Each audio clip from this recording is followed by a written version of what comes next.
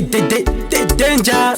tinotenda ngoma madziwa zvekuimba ndakatanga kuroma ngoma futi nandife ndakazima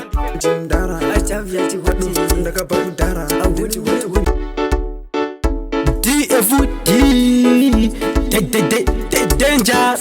tinotenda ngoma madziwa ngoma dzizi dzeguwa dzinonetsa uchoro kwa murewa wekwamakafara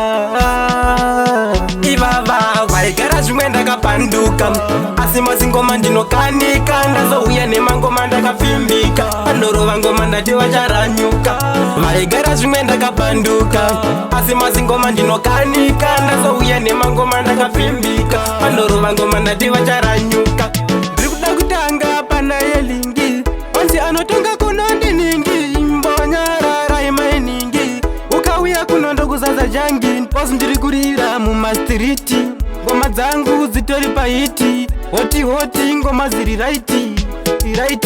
yepi time tasvika munazvita vamwe vakaenda ava vakakita chandogona kurova magita andibatike enge ndakaita yepi time tasvika munazvita vamwe vakaenda ava vakakita chandogona kurova magita andibatike ndenge ndakaita vanofara mufaro kwamuri ndiyo nguva yekuungana semhuri tozazimba ikoko kwamuri silent d me am ruling musarova futi mari yese januari ndiye ane yese vamwe jira vakapisawo masese ngatifare tisafarisise musamire ngoma kusvika zvaita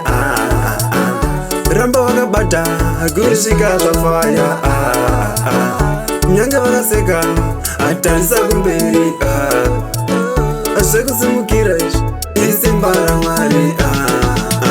vasanga ndisimbisa saundi musamira kurova maraundi nguva ichasvika yekutora maranzi vane godo chavazoresa ponzi ndiri 5 tinoshekesa dhanzi takadaro tinosimbisa bendi takutoda yusa kwete bondi guchi tatosunga riri bhandi takatumwa iwe tibate basa iwe wenene takakosha takatumwa iwe tibate basa iwe wenene takakosha takatumwa iwe tibate basa iwe wenene takakosha takatumwa iwe tibate basa chinongodiwa kubata basa luvhemane uya tibate basa tarisa mafadzi akatarisa chinongodiwa kubata basa